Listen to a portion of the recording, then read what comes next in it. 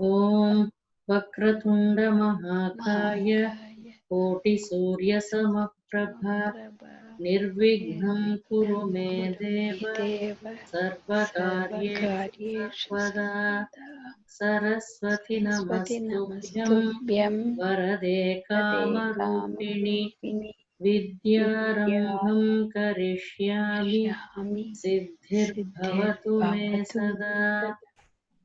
गुरुर्ब्रह्मा ब्रह्मा गुरुर्विष्णुः गुरुर्विष्णुः गुरुर्देवो गुरुर्देवो महेश्वरः गुरुः साक्षात् परं साक्षात् परं ब्रह्म ब्रह्म तस्मै श्रीगुरवे श्रीगुरवे नमः नमः। वाक्यकारं कारं वररुचिं वररुचिं भाष्यकारं भाष्यकारं पतञ्जलिं पतञ्जलिं पाणिनिं पाणिनिं सूत्रकारं च सूत्रकारं च प्रणतोऽस्मि प्रणतोऽस्मि मुनित्रयम् मुनित्रयम्। पठामि संस्कृतं नित्यं संस्कृतं नित्यं वदामि वदामि संस्कृतं सदा संस्कृतं सदा। ध्यायामि ध्यायामि संस्कृतं संस्कृतं सम्यक् सम्यक् वन्दे वन्दे संस्कृतमातरम्। संस्कृतम्।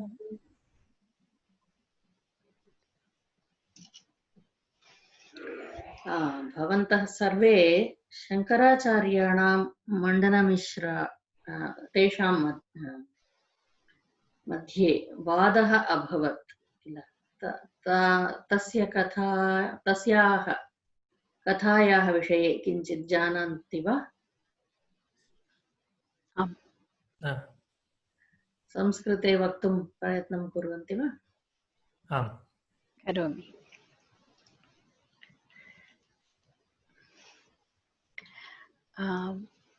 मण्डलमिश्रा एकः पण्डितः आसीत्, काशीनगरे आसीत्। काशीनगरे प्रयागराज्ये आसीत्।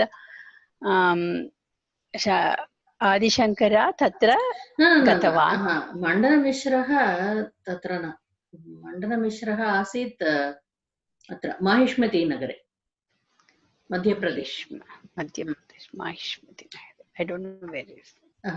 तत्पूर्वं कुमारिलभट्टं मेलितुं शङ्कराचार्याः तत्र गतवान् प्रयागराज्यं। कुमारिलभट्ट तत्र इत्युक्ते मीमांसायां पूर्वमीमांसा उत्तरमीमांसा इति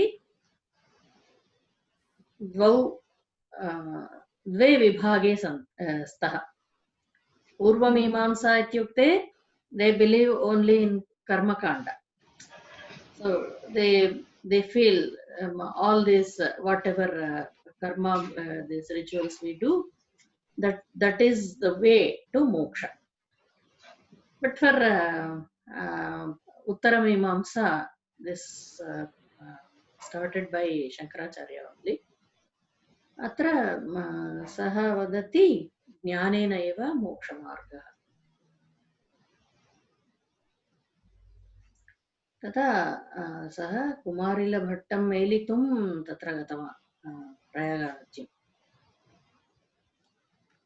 So there what happened, this Kumarilabhatta, he was a propounder of karma marga. So he once wanted to defeat Buddhists. To defeat them, he had to know in depth about Buddhism. So he posed as a Buddhist and stayed along with them and learned about them and then defeated them. Then he felt very bad. See, I have done Guru Droham and all those things. So for atoning for his sins, he sat in a heap of this rice husk and asked his students to burn it. At that time Shankaracharya met him. Then he said, go to Mandanamish. That way he contacted.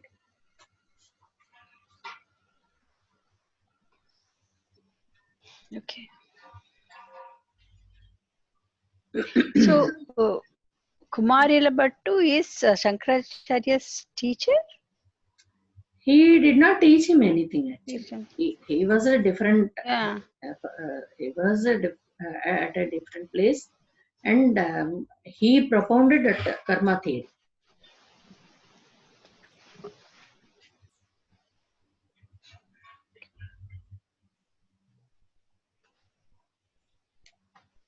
Then he went to Shankaracharya went to Mandana Mishra. Then they had this vada for 6 months. Oh, it was Debate. also 6 good. months. 6 months, yes. Wow. It's a long time not to get upset. Yeah.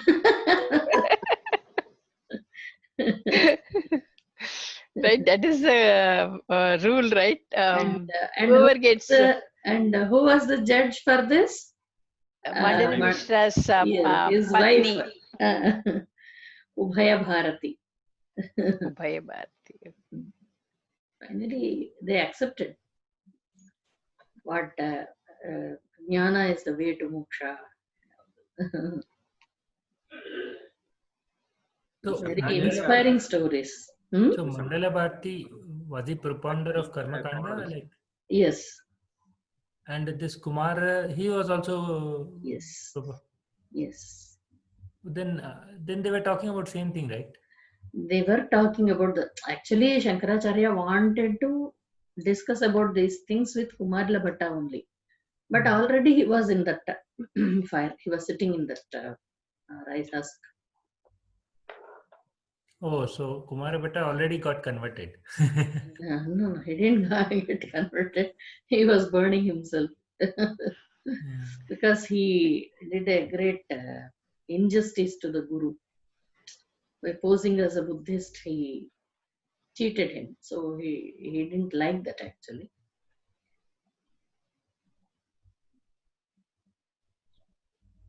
No, it is like Karma Kanda, more than that, it is rituals. They go by rituals. Like puja, you have to do like the exactly they follow the rules. Yes. That is what they were about. Like they can even give bali and all those things. Yes. Puja, you have to do puja and you have to do upavasam, all those things. Yes. But Shankaracharya was saying, no, okay, you first think. So this story you try now, step by step. So what you have told? Yes. What you have told? Okay. Okay, Anila Mahodaya, start. Ajay Mahodaya is not there today. Only 3 of you. Today being Janmashtami, most of the people are busy celebrating. So Kumarila Bhatta एकः विद्वानः आसीत्. कुमारिल भट्ट कुत्र आसीत्? प्रयागराज्ये. कुमारिल भट्ट प्रयागराजे आसीत्. तत्र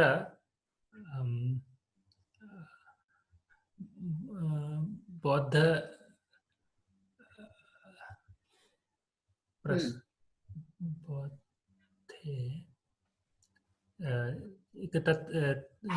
तत्र सः अचिन्तयत् बौद्ध साधु पराजित बौद्ध मतानुयायी किं पराजित कुर्वं ततः स्वयं बौद्ध अनुयायी अभवत्. बौद्ध शिक्षां प्राप्तवान्.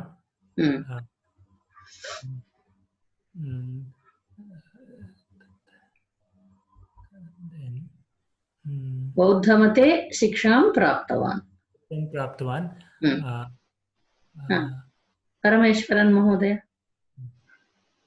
तदनन्तरं सा तेषां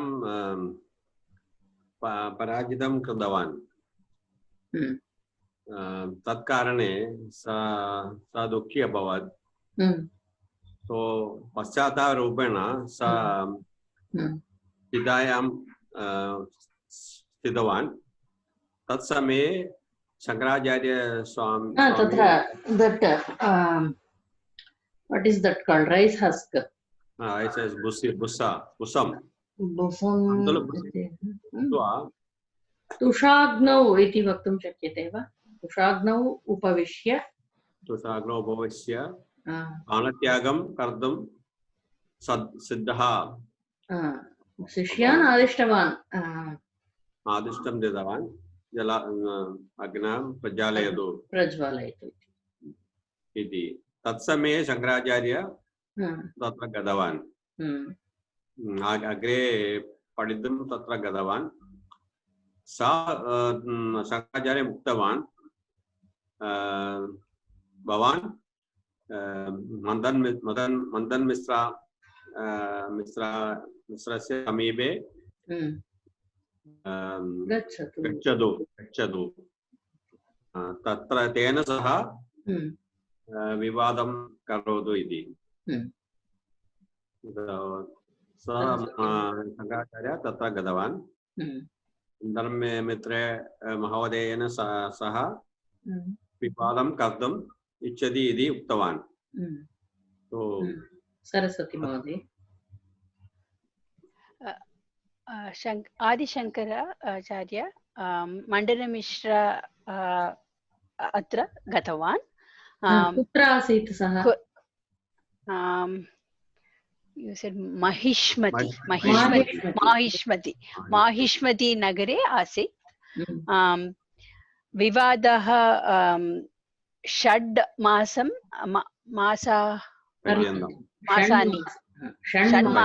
मासानि पर्यन्तं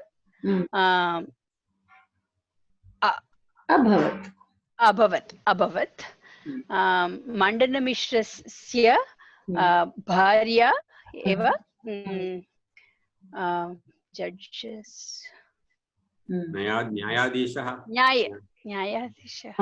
न्यायाधीशः इति नास्ति,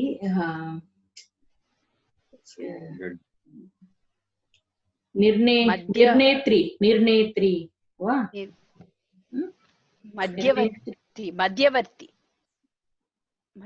मध्यवर्ती मीडिएटर। ओके, न्यायाधीश इस् डिक्षनरी शब्दकोशे न्यायाधीश इति अहं पश्यामि। अस्तु अस्तु, निर्णेत्री अपि वक्तुं शक्यते। न्यायाधीशः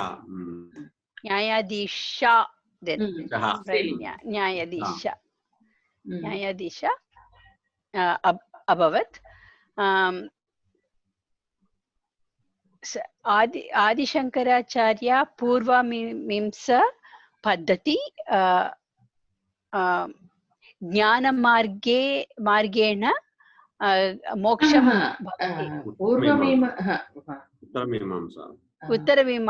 उत्तरमीमांसा मार्गे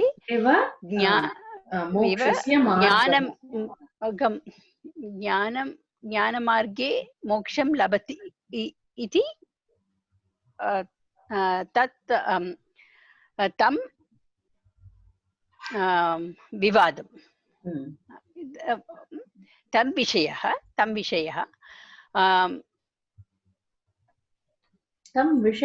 इति किल, तं विषयं what's his name? Suddenly I forgot. मण्डनमिश्रस्य विषयं पूर्वमीमांसः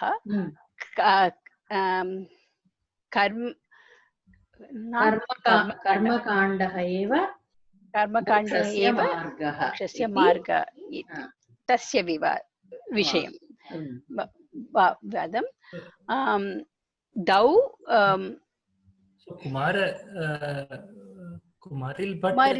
कुमारिल भट्ट सह विवादं कुर्वन्ति वा? कुमारिल भट्ट तु तत्र एव सः त्रीणि जनाः सन्ति ते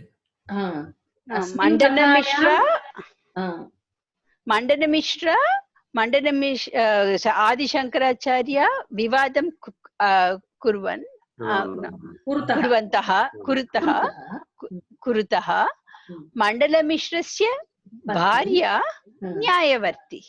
कुमारीभट्टा नास्ति आर्यभट्ट उत्तर तत्र अग्नि एव तिष्ठति तिष्ठति प्राणत्यागं कर्तुं अग्नि मध्ये उपविशति अग्नेः उपरि स्थितवान्.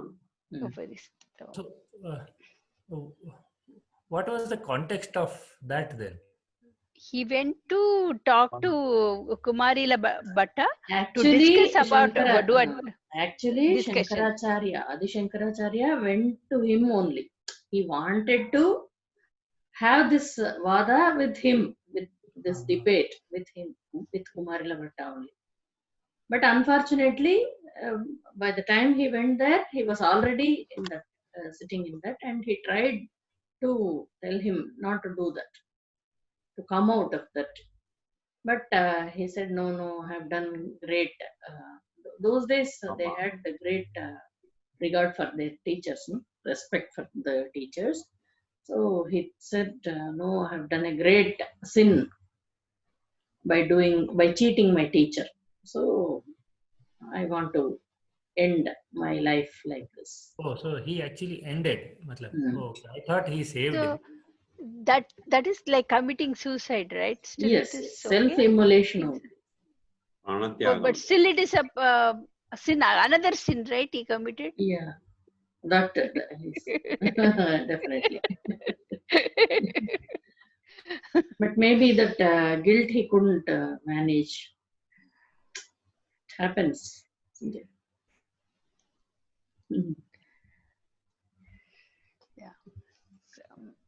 So, that's all you told the story. Who won this? Who won the debate? You didn't tell me that. Yeah, Adi Shankaracharya won. There were 3 times it was done, and 2 times Adi Shankaracharya won, and 1 time Mandana Mishra won. The rule is they will both wear garland. Whomsoever garland becomes, dries, pale, then that person is the loser. That also or loser. Samskrite eva vadatu. So, Mandana Mishra, Udaya Bharati, Ekaha, condition nimittam Prabandha avadat. Niyamam avadat. Mandala Mishra, Shankaracharya cha haraha, pushpaharaha, darayitum, vadanam, Dhrutva vadanam, akuravan, akaraniyam iti niyamaha.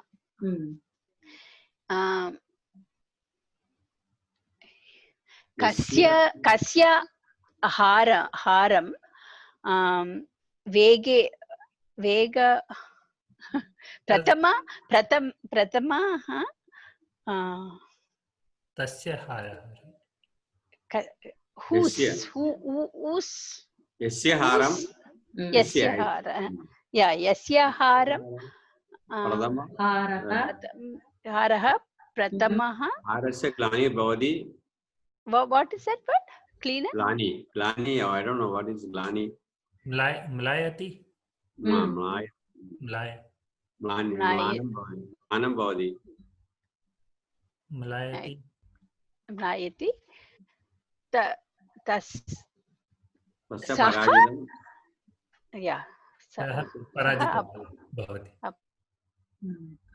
तस्य भविष्यति। Okay भविष्यति इति नियमः।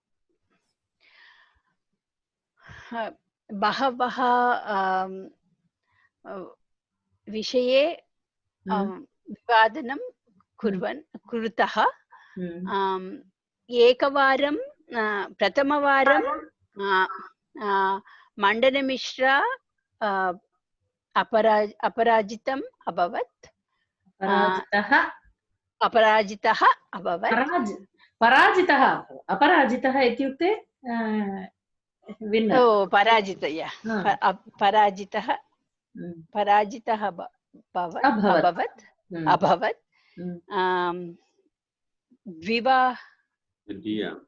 द्वितीयवारं second time द्वितीयवारं शङ्कराचार्य पराजयं second time he lost. शङ्कराचार्यस्य पराजयम् अभवत्।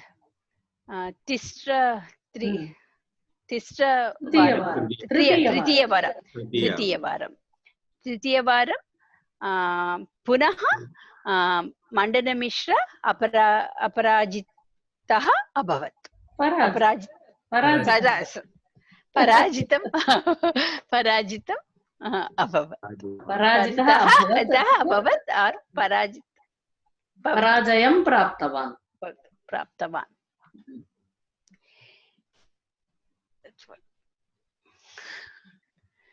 So niyama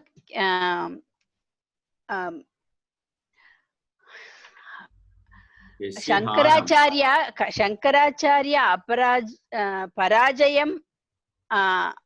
पराजयः अभवत् तदा यदा शंकराचार्यः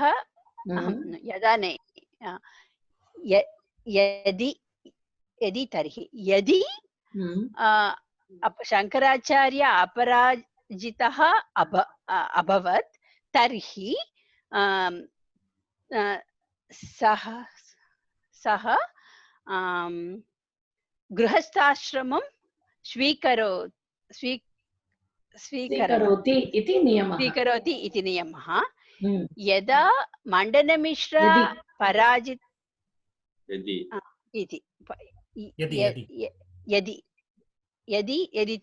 यदि मण्डनमिश्र अपराजितः अभवत् पराजितः अभवत् तर्हि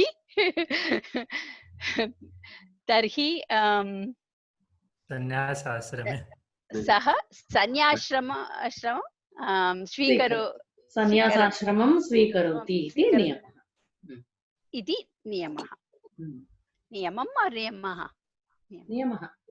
नियमः। अतः मण्डनमिश्र सन्यासाश्रमं स्वीकृतवान्।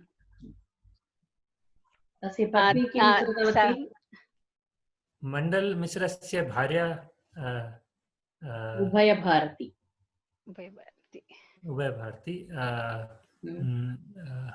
किम् अकरोत्? स अपि सन्यास अभवत्। तत्कथाम् अहं न जानामि।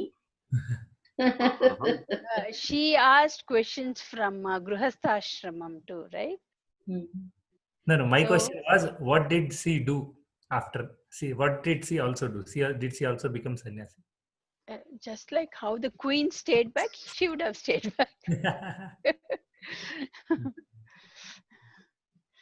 But Mandana Shankaracharyasya शिष्यः अभवत्.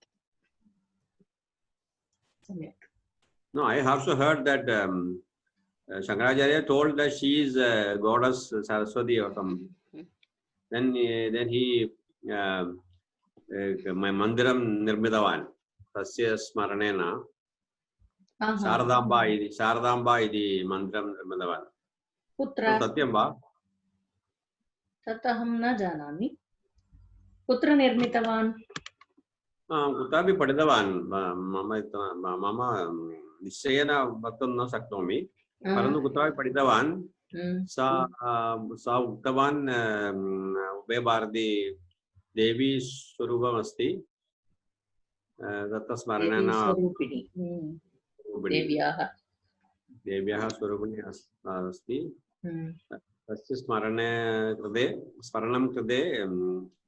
स मन्दिरं निर्मितवान् स्थापितवान् इति अहं कुत्रापि पठितवान् तेन जानामि पृष्ट्वा वदामि इदानीं तु अहं न जानामि पृष्ट्वा वदामि.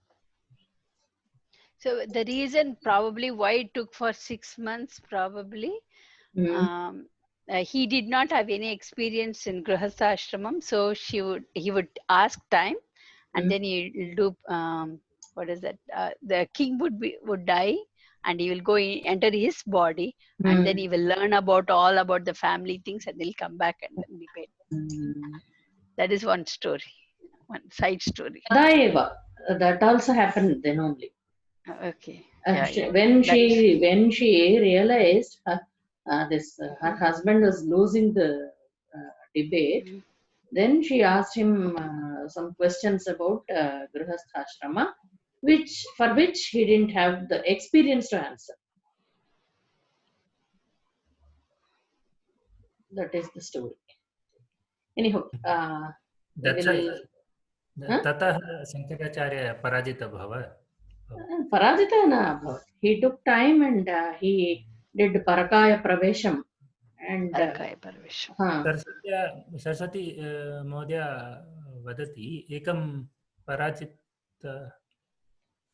na abhavat. He asked for some time. No. Yeah. That was because whoever gets angry, the flowers will dry, right? At that time, he was getting tensed, not angry. But when they get stressed, the flowers will. So even one flower, if it dries up, then it is like that. So, like that. So he didn't have answer. That's why he got tensed. Maybe. So he did the Parakaya Pravesham and then entered the body of a dying king. And he got that knowledge from the king's wife. And he has given her some blessings also, like that story books. Astu. Vayam Kamalanam Vishaye Kinchit Patham. Kamalam. Kamalani Sarasi Panke Jayante. Sarasi Kim Sarasi Artha Kim? Sarasi. Pond, right? Okay. Kamalani Sarasi Panke Jayante. Kamalani. So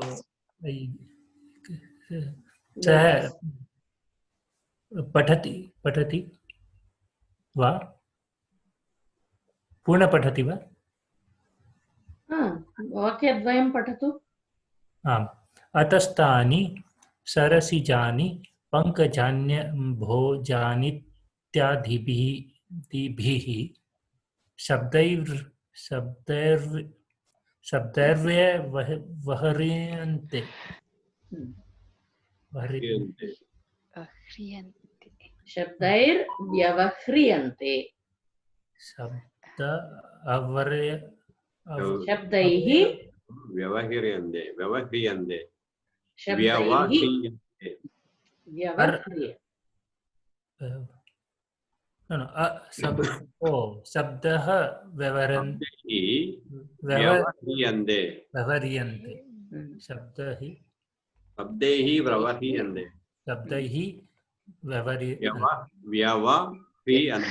शब्दैः व्यवह्रियन्ते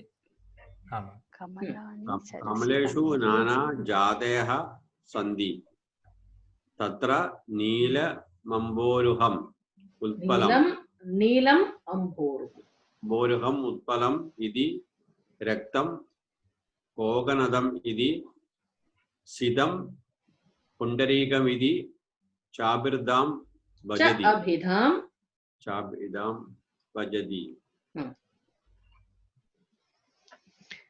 So we are just reading meaning. Also You only work.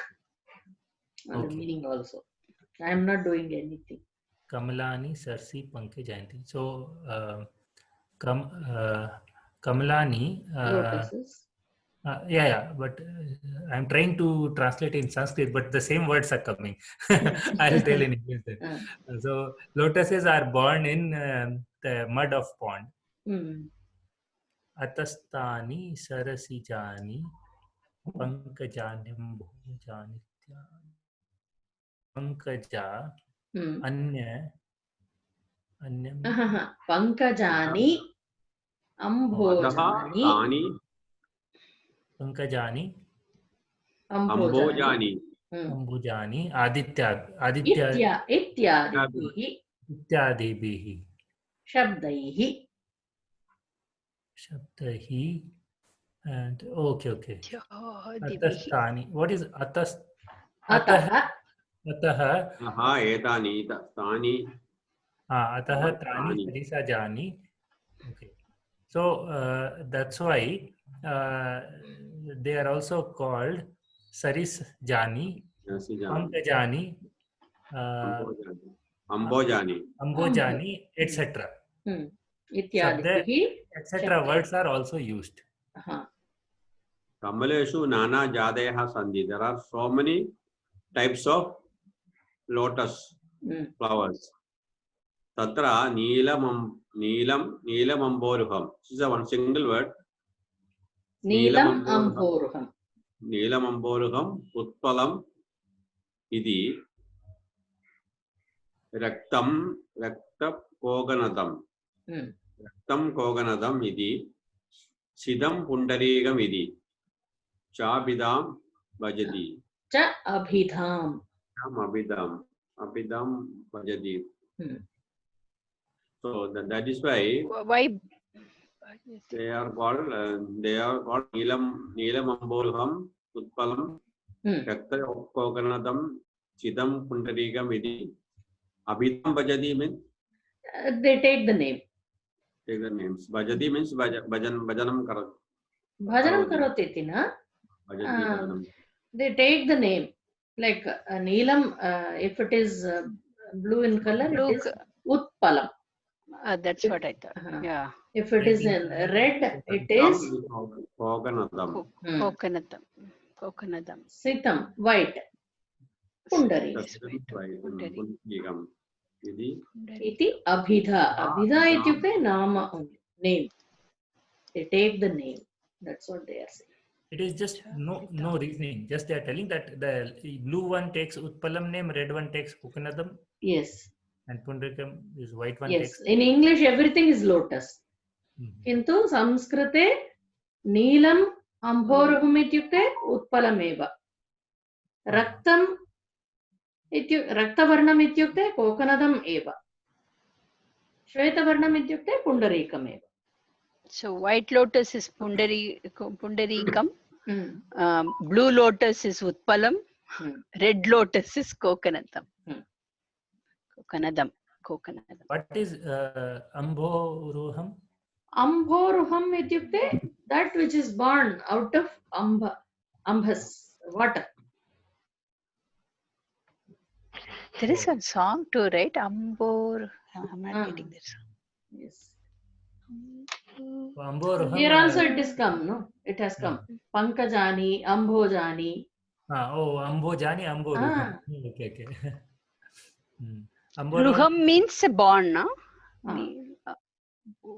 Ruha is Atma, soul.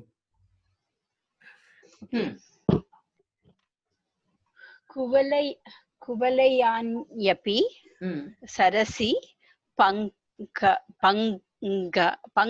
eva Jayante.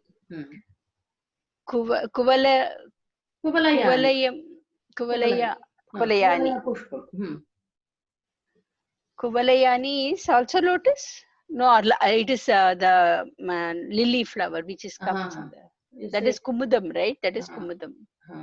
I think Kuvalayani ityukte Kaluva Pulu. That's what I think. That is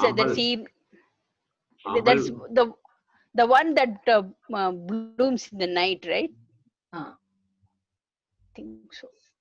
Mm. Kuvalayani api sarasi panke eva jayante. The Kuvalaya flowers also is born in the mud of the pond, pond or sarasi, only. It's born there only. Athapi tesham na pankajati pankaja ati pankajadi shabdaihi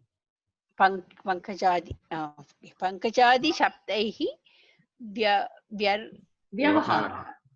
vyavaharaha. Then also Kuvalaya is also born in the pond only. Then also they are not treated like the Pankaja, etc. words are not used for them. Yes. Pankaja shabdaihi, vyavaharaha. Pankaja adi. Pankaja plus adi. Pankajadi, etc. Pankaj, etc. words are not used for it. Basically, Pankaja is like born in mud, right? So this is also born in mud. So why the same word is not used? Kuvalayani Kamalakarana eva. Kamalakarani eva. Okay, Kamalakarani eva. Kamalakaranyeva. Okay, so it looks like like lotus only, shape, the rupam. Kintu, but teshu saugandhyam nasti. It doesn't have that smell. Fragrance. It doesn't have the fragrance is not there. Okay. That's why it is not called same name. Chitram Pashya Kanichit. There is no picture here, but they have given like that. I forgot. I could have added some. Chitram Pashya Kanichit Kusumani Mukulitani Kanichit Vikasitani Cha Drishyante. Kanichit Kusumani, some flowers, Mukulitani. What is Mukulitani? Bud. Oh, some flowers, birds. Kanichit Vikasitani. Some have bloomed. Somewhat developed. Bloomed. Vikasitam. Bloomed. Yeah, okay. So, okay. See the picture. There are some flowers which are in bud form. Some are developed, blossomed form. Okay. Kusumasya dhasta drishyamanaha prakandi. Kusumasya adhaha tadrishyamanaha. Kusumasya adhaha tadrishyamanaha. Oh, flowers at the bottom are drishyamanaha, are visible. Prakando mrinalam. What is mrinalam? The stem. Oh, okay. Prakando is prakandaha mrinalam. That stem is called mrinalam. Okay. What is prakandaha? Stem of that lotus. Oh, okay. Oh, kusumasya adha ta drishyamanaha prakando mrinalam. Oh, okay. So the below the flower, the whatever is visible, that is the stem called mrinalam. Mrinalasyantar bhage chidrani tantavascha vartante. Okay, so inside the mrinalam, chidrani tanta, so holes tantava vartante. Tantava is what? Thread, right? Tantu. Okay, thread like holes are there. Chidrani tantava. Tantu. Oh, hold threads are there. What is It's that? maybe what they may be saying is it is fibrous Yes. with holes. Oh, thread with holes, so that is fiber basically. It's fibrous. Kusumasya adhaha tadrishyamaanah I think it should be prakanda by typing error. Prakandah mrunalam. Yeah, if visarga is removed, it becomes O, right? Prakando. He is telling Prakand, ka should be there. Prakanda. Prakand is like, Prakando. we also say Prakanda Pandit, right? So, Mm. so then, oh, It is very important that. No, but Prakanda has two meanings, right? Prakanda Pandit means very. You have many meanings. Kamala Saramsi, Kamala Saramsi, Kamalinya idi, Kumula Saramsi, Kumudinya idi, Cha Uchende. Kamala Saramsi is called Kamalinya. Kumuda Saramsi, Kumudinya idi. They are called like that. So what does it mean? Kamala Saramsi means the pond is called? Pond lotus. Kamalinya. Kamalinya means Kamalinya. Kamalini, Kamalinyau, Kamalinya. Yeah. Lotuses. Kumudini, Kumudinyau, Kumudinya. So what is called Kamalinya iti? Kamalas Saramsi. Saramsi. Sarasi, Saramsi. That is a Bahuvajanam of Saras. Kamala Saramsi, Kamalinya idi Uchende. Kumada Saramsi, Kumudinya idi Uchende. So the pond is called Kamalini? Kamalini. No. Pond lotus. Pond Flower lotus. only. Flowers. Flower. Yeah. So is it like pond lotuses are called Kamalini and Kumud lotus, pond Kumudus are called Kumudini? No. Kamalini iti pushpasya namameva. Yeah. Lotus could be in different places, right? So it's like river lotus, pond lotus, like that. It cannot be in river, I don't know. No. Generally, I'm giving example. How so lotus is only on ponds, nowhere else. It should be like it shouldn't be flowing water Yes. and fresh water. It's a pond and it should have a fresh water, not salt water.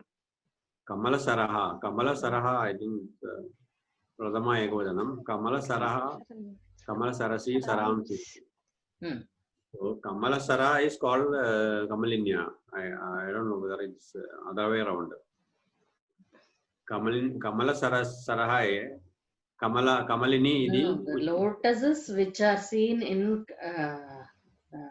Kamala Saras, they are called Kamalinya. Kumuda Saras, they are called Kumudinya. Oh, what is Kamala Saras? Full of Kamala flowers. The pond full of Kamalani. And Pond full of Kumud.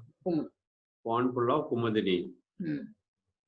Kamalinya Suryasya Kumudinya Chandrasya Cha Udaye Vigasandi.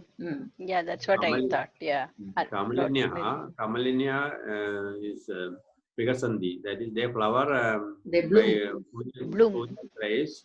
And Kumudini is flowering by Chandra's rays. Udaye. Udaye Samaye Vigasandi. Kamalinya Suryoda Samaye Vigasandi. Kumudinya Chandrodaya Samaye Vigasandi.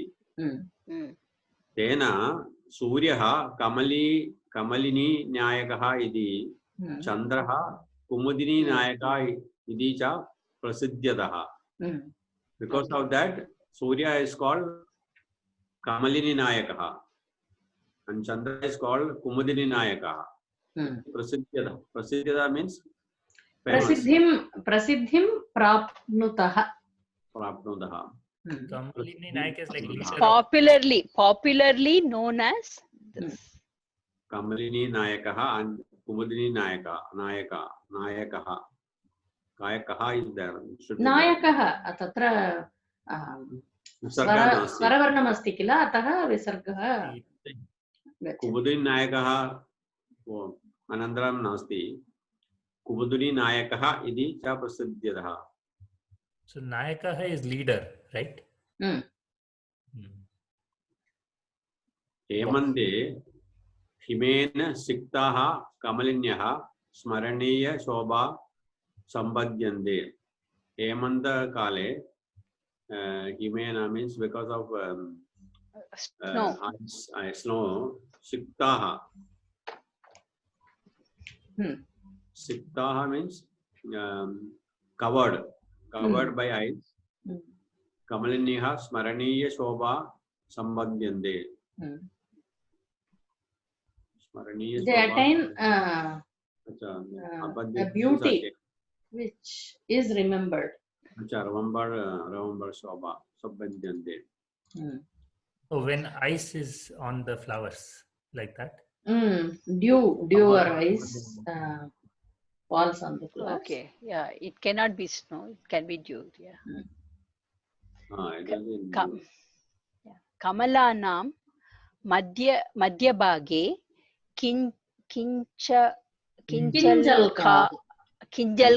kinjalkaah santi. In the middle of the lotus, in the middle part of the lotus, there is some it can be seeds or the makarandam. Makarandam nasti. I think it is seeds. That middle part is there, no, in the flower. Yeah, that is yellow color thing. It is seed or I don't know what it is. The dotted parts kind of thing. The yellow color in the middle. It has like a small round things too. Teshu sugandhayah paraga vidyante. So it gives fragrance. Is that what it is? Yes. So in that Spreads. There is fragrance.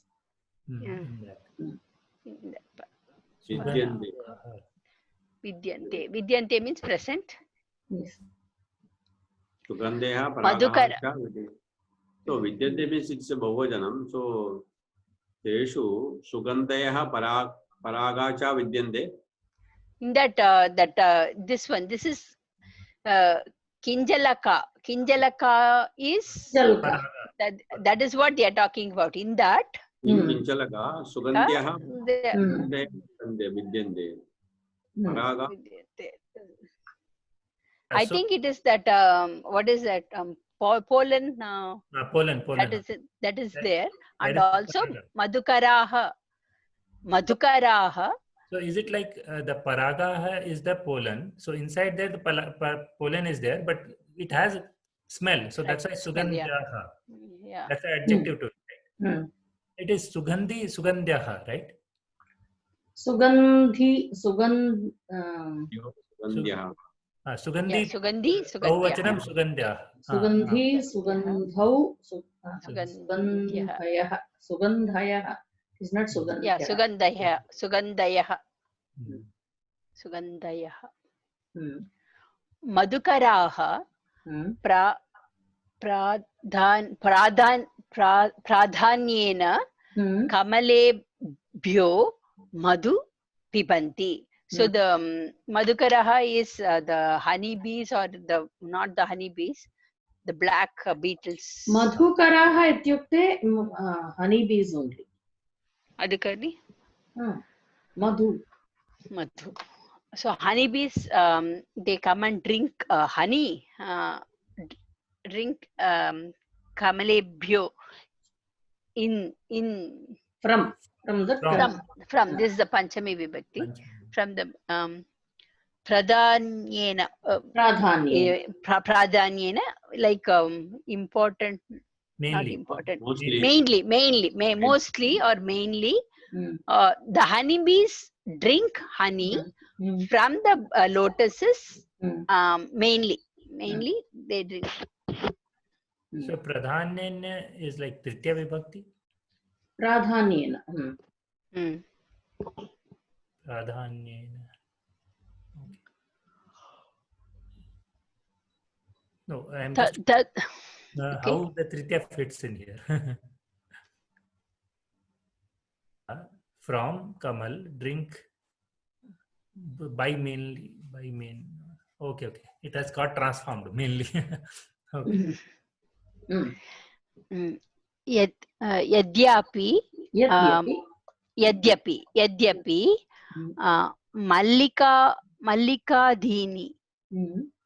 Mallikadini, Kusumani, Kamalapekshaya, Sugandhitara-ani, Tatapi. Oh, it's a big one. Tatapi, Tesha Metavat Saundaryam Nasti. Okay. Yadyapi, even though Mallika, jasmine, and other flowers, Kusumani, like flowers like jasmine and other things, has fragrance like lotus. Even then, Not like lotus. Kamalapekshaya Sugandhitarani. Better. Fragrance is much better than much better than lotuses. Even then, still they don't have that beauty like lotuses.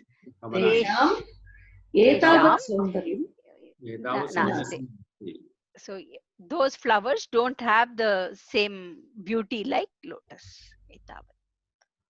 Okay. Aravindaneva Kusumeshu Sundaratamani. Arvindaneva Anya Eva. Arvinda Anya. Aravindani Eva. Arvindani Eva Kusumesu Sundartamani. Aravinda is again lotus. Arvinda also in Arvinda. No, Kusumesu. Among flowers. Oh, among flowers, Arvinda is the most beautiful. Most beautiful. Atah eva padmam padmayaha sadma nigadyate. Atah, therefore, padmam lotam padmayaha sadma. What is sadma? Home. Huh? Home. House. Padmaya, lotus is houses. Nigadyate. What is nigadyate? It is said, it is popular, you can say. Okay, popularly said that lotus. That is the reason why Padma or Lakshmi, so home is Padmaya Sadma. Padmaya. Okay. Oh, this Padma. Padmaya. Okay, Padmaya.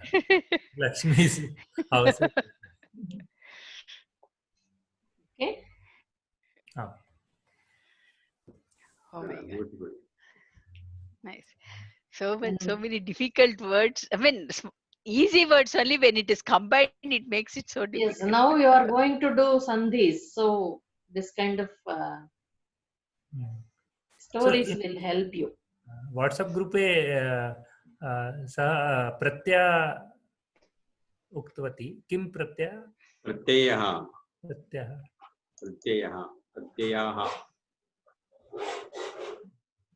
all suffixes. This story you have already done in the class, no? This nashtaha pishta ghataha, you did homework and all this. Yeah. Can you do some more work on this? How can you do like karmani prayogam va, like that? Can you try? Okay. Yeah. Kim katha? The one, the flower story. No, not that flower story. The one he gets. Nashtaha pishta ghataha, I heard. Yeah, he puts the flower in the pot, and then he hangs it, and then he that is the thing, right? Yes. He will hit it and then it will fall.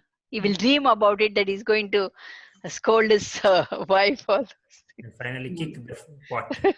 yeah. So try this. So yeah, I was asking in the WhatsApp group, you told you will tell us more about some pratyayas, right? Which pratyaya you were talking about? Pratyaya. We will do. Pratyayas, there is nothing to actually you can work on. I'll give you the word file. You can work more on it. That's all. Kasmischit nagare kaschan brahmana vasati sma.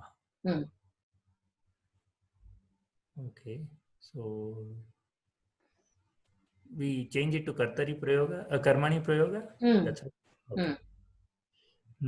Kaschan brahmana kasmischit nagare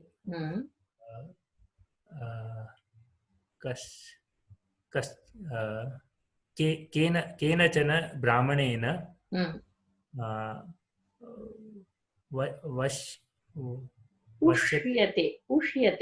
उष्यते स्म. What is it? Ushyate. Vasati. Ushyate sma. Vasati becomes ushyate. So sma will remain, right? Ushyate Sma will remain. Ushyate sma. सः भिक्षाटनेन जीवनं करोति स्म. तेन भिक्षाटनेन जीवनमेव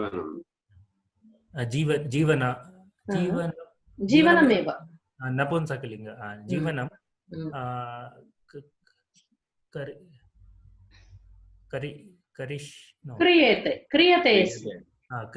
क्रियते स्म. परमेश्वरः कदाचित् सा पृष्ठेन पूर्णम् एकं घटं प्राप्तवान्. कदाचित् तेन पृष्ठेन पूर्णम् एकं घटं प्राप्तवान्. एकः घटः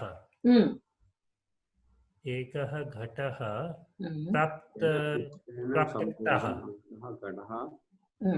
कदाचित् तेन पिष्टेन एकः घटः प्राप्तः.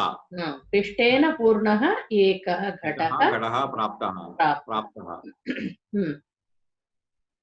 What is it? For praptavan, how did you change it? Praptaha. Is a ta pratyay. Okay. New thing we have not learnt yet, but in one class they just mentioned, so I noted down. Tam gatam nagadante avalambya tasya adaha upavishya saha ekadrishtya gatameva pashyati sma. Okay, speaks them.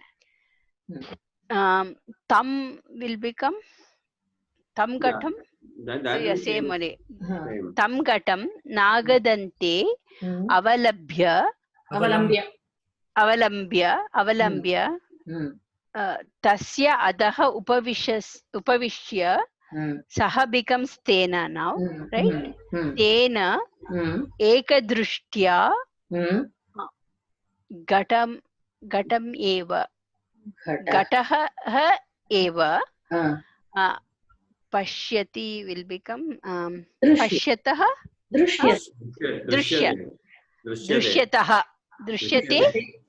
drishyate sma. एकदा रात्रौ सः चिन्तितवान्. So ekada ratrau tena चिन्तितम्. तेन चिन्तितम् एव. Okay, it's not like the same praptavan praptah it became, right? No, चिन्तितम्. चिन्तितः no चिन्तिता. कर्म नास्ति न अत्र कर्म. Oh, okay. So it is चिन्तितम्. आमामां चिन्तितं यदि देशे दुर्भिक्षं भवेत् तर्हि एतस्य शतरूप्यकाणां मूल्यं भवेत्. ओके, यदि देशे दुर्भिक्षं भवेत्, दुर्भिक्षेण भवेत् भूयेत् तर्हि एतस्य शतरूप्यकाणां मूल्येन भूयेत्. मूल्येन मूल्येन भूयेत.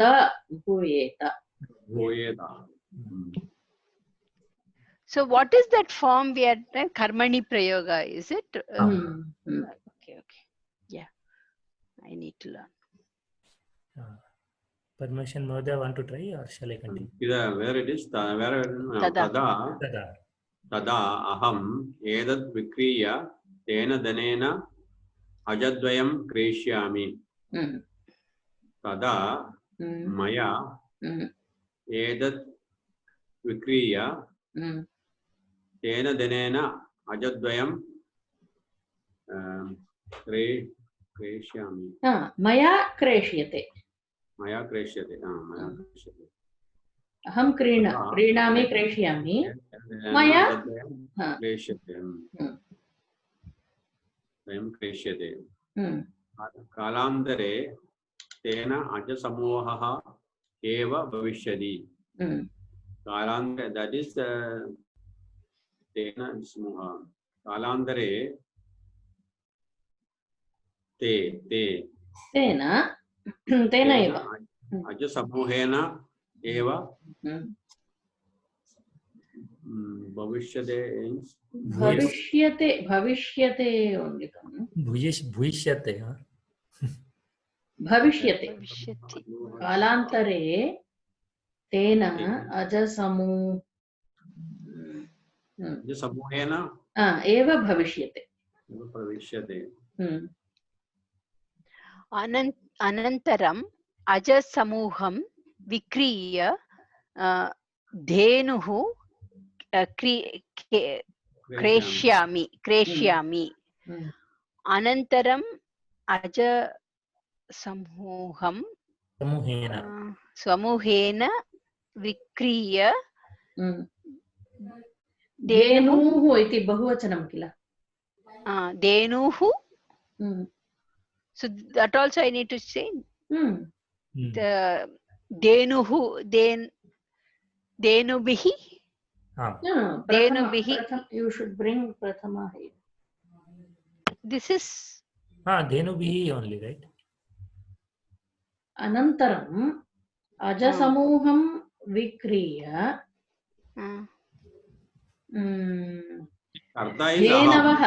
धेनवः क्रेष्यन्ते. Wouldn't it become Tritya? No, because the doer is aham. So maya will become maya. So anantaram ajasamuham vikriya denavah aham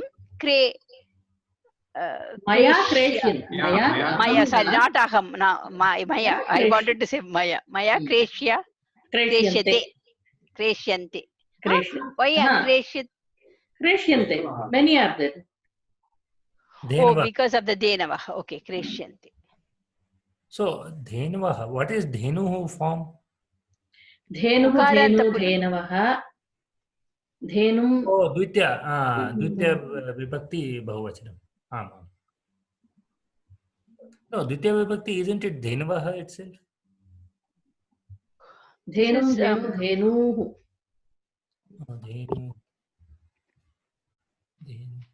Oh, dhenu is a harsa, dirga ukarant. Dhenu dhenavah. Dhenum dhenu.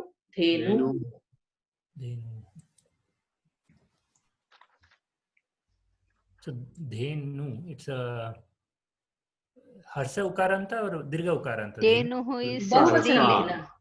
No, dhenu. धेनु शब्दं Ukaranta. ह्रस्व Ukaranta strilingaha. Ukaranta, not ukaranta. It is ukaranta.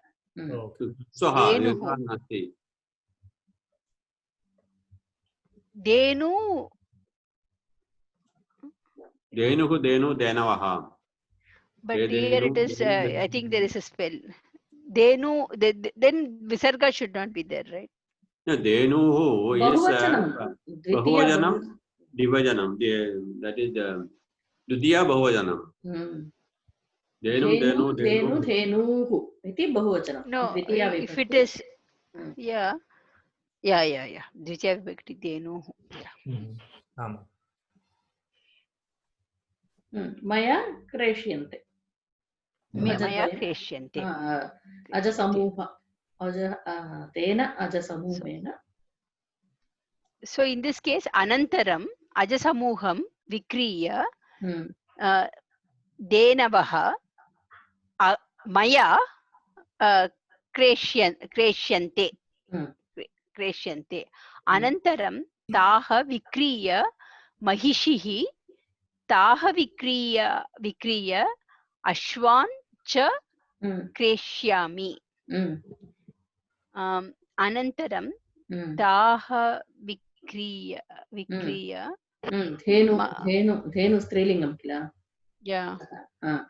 So then taha, it will be taha only, right? Should I change it? ताः विक्रिय. Taha vikriya mahishihi. Taha vikriya Mahishi महिष्यौ महिष्यः. Mahishyah. Okay. So here it will be dvitiya vibhakti should come, right? Mahishyah taha vikriya ashwan is already ashvaha. Ashvaha cha क्रेष्यन्ते. maya again maya will come. Kreshyami will become kresyanti. Kreshyante. Maya kreshyante. So Mahishihi and Aswan both are Dvitiya, so they became Prathama. Yeah. Ashvaha. Tan Vikriya Yatheshtam Dhanam Sampadishyami. Tan api, so Tan is Dvitiya, so that will become Taha. Taha api Vikriya Yatheshtena Dhanena Sampadishyami. No, but I think the same Tan api Vikriya Yadeshta Dhanam Aham Sambadishyami, Maya Sambadishyate. Okay. Dhanam is Dhanam only, no? Tan api Vikriya Yatheshtena Dhanena Sampadishyate. यथेष्टं तत्र यथेष्टेन इति न. यथेष्टं धनं मया. Dhanam is Navasalingam, so Dhanam only it will be, no? Prathama vibhakti of Dhanam is Dhanam only. Okay. Yeah. No, I got confused. The Prathama here is Aham only. Okay. Aha. Tan api Vikriya Yatheshtam Dhanam Maya Sampadishyate.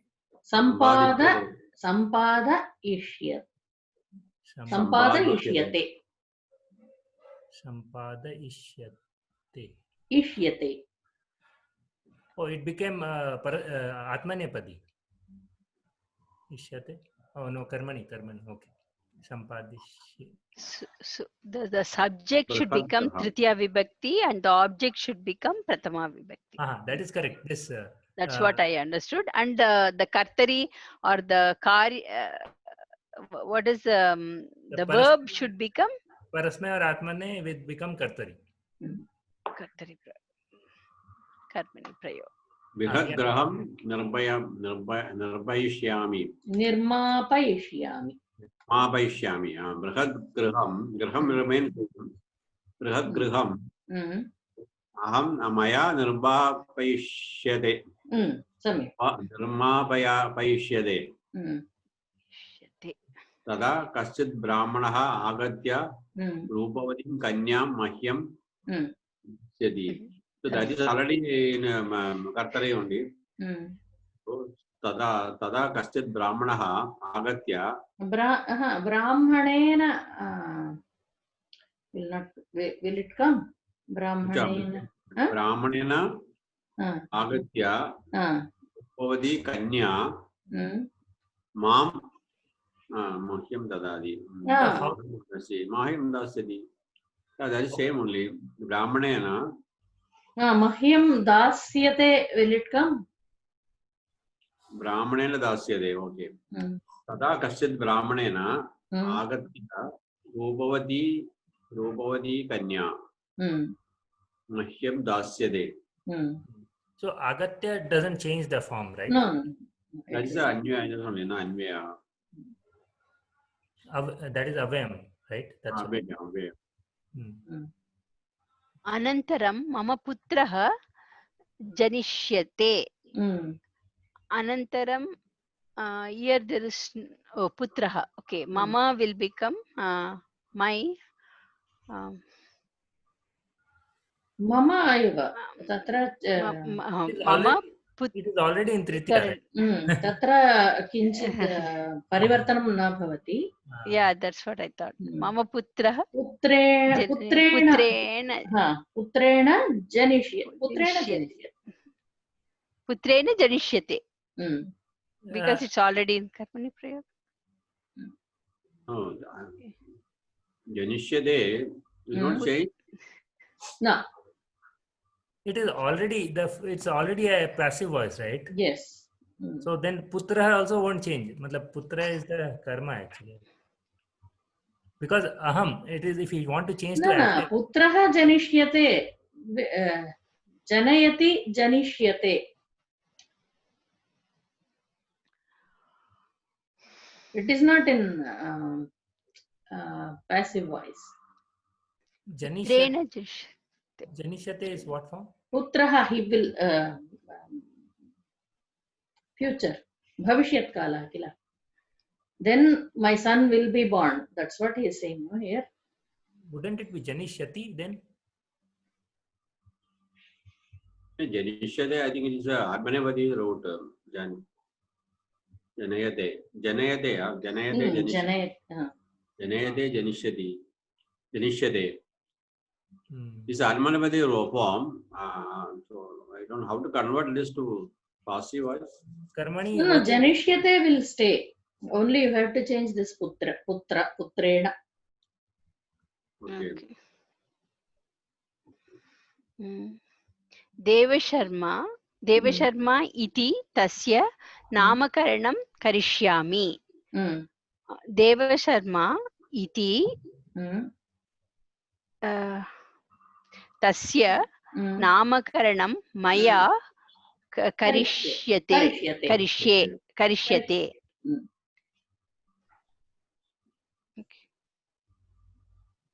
You want to? The Maya will be there. Oh, okay. Yeah. No, Deva Sharma iti.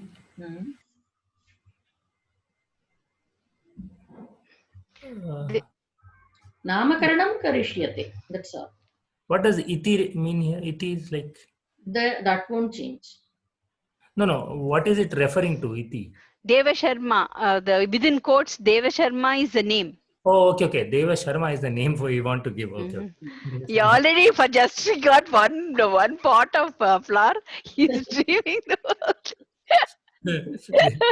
Big dreamer. यदा सः जानूभ्यां चलितुं समर्थः भविष्यति तदा अहम् अश्वशालायां पुस्तकं पठिष्यामि यदा तेन जानूभ्यां चलितुं समर्थेन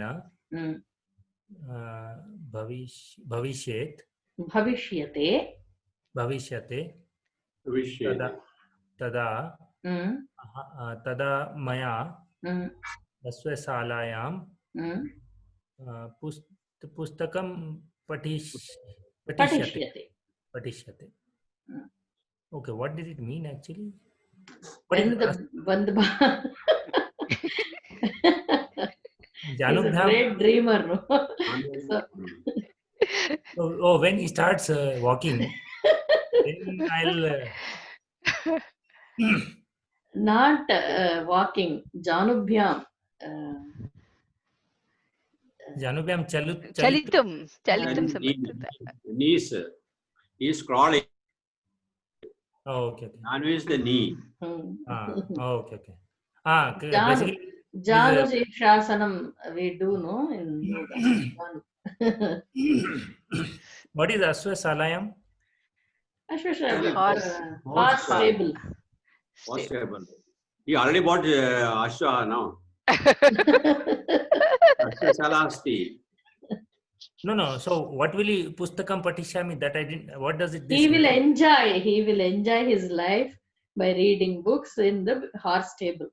Oh, With okay. all the horses around making beautiful Crawling. sounds, they running around, all those things. Oh, okay. Great dreamer, huh? तदा देव शर्मा जानूभ्याम चलन मम समीपम आगंतुम उद्युक्तः भविष्यति. तदा देवशर्मणा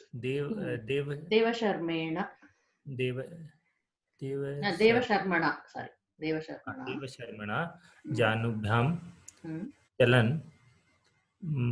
Chalan will be chalan only. That will change actually, but you are not taught that. So Okay. we will leave. Mama samipam agantum Chalata should go. Chalantau chalantah. Chalata mama samipam. Chalata chaladbhyam chaladbhihi, like that it would come. Okay. Tada deva sarmana जानूभ्याम चलभिः चलताः मम समीपम आगंतुम उद्युक्तेन भविष्यते.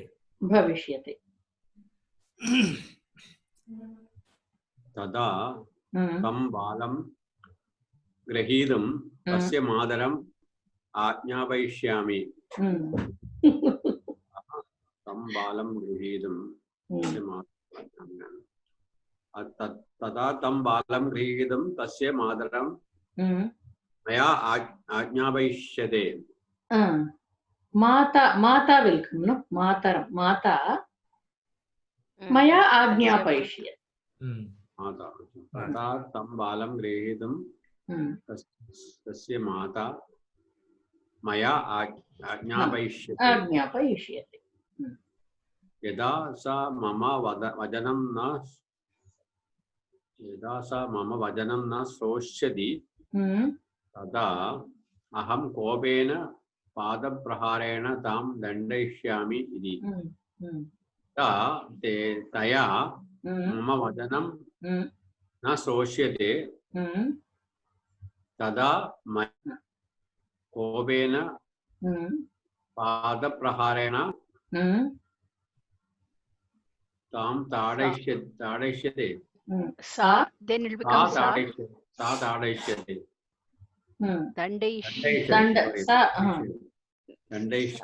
दण्डयिष्यते इति.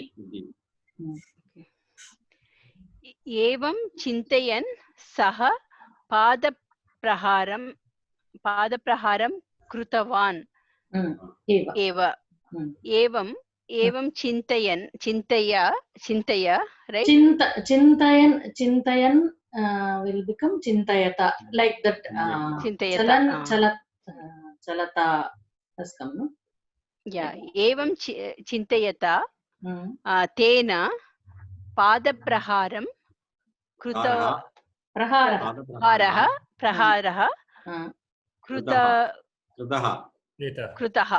कृतः एव. पिष्टेन पूर्णः घटः पतितः भग्नः च. तिष्ठेन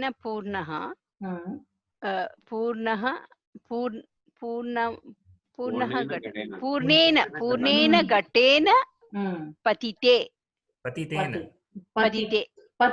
Patitam it will be. Patita. Ghatam patitam. Ila. Ghatam patitam. Purnam Gadam Paditam. Purnam Ghatam patitam. So it will become Pishtena Purnam Pishtena Purnena. Pishtena Purnena. Then Purna Gata is the Vishesha Padam for the Ghatam, right? Gata is the Karta. Ghatena. So Patita. Tishtena Purnena Ghatena Patita. Patita. Ghatena patitam. Patitam Bhagnam cha. Wouldn't it become patitena? Patitena va. All Prathama will become Tritya, right? Patita, it fell down, no? Oh. Oh, okay. Taha is like that from. Okay. And Bhagna will become Bhagnena? No, Bhagnam.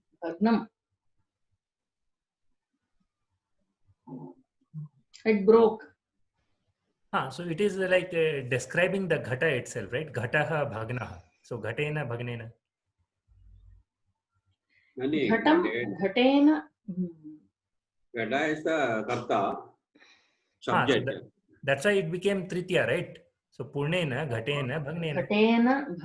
Ghatena patitam Bhagnam. Bhagnam cha. So Bhagna is for Ghata only, right? Bhagna is the verb, no? Gata Bhagnaha, Gata Patitaha. So Gataha Patitam Bhagnam. It is not coming like a verb, right? It is like describing the Ghata itself. Like it is like the noun form, right? Bhagna is like Ghataha patitaha. Bhagnaha Ghata, like that. Ghataha patitaha, Ghataha Bhagnaha. It broke. Okay. When you say it broke, it's not a noun. No? Okay. So what form of Kriya is it? Bhagnaha? Bhagnaha. It's adjective. Vishesh Sabdaha. That's what I'm telling, right? Because it's an adjective. So shouldn't it go with the noun? If we change Ghatena, then it should become Bhagnena, right? But actually, here it is the participle form. So if you convert it to passive, I think we have to give, when we say Kataha, Katena, it has become broken. So it is being broken, that only you should say, no? Then that rule won't apply, right? So Bhagnam only comes there. Patitam Bhagnam. Oh, we are changing to Bhagnam. We are changing it to different thing. Okay. Patitam Bhagnam. So that becomes the Bhagnam. That becomes that. The meaning same. Shatri Pratyaya, right? Mena. So in this case, Pishtena is Tritiya Vibhakti Pishta, right? So Purnaha Gataha, the Gata, the pot full of the flour. That's what filled with flour, fell down, Patitaha, and broke. Samaptam. Yeah. Katha Samaptam. Katha Samapta. Samapta. Samapta. Dirgham, right? Samapta. Parameshwaran Mahodaya. Tatra एतद्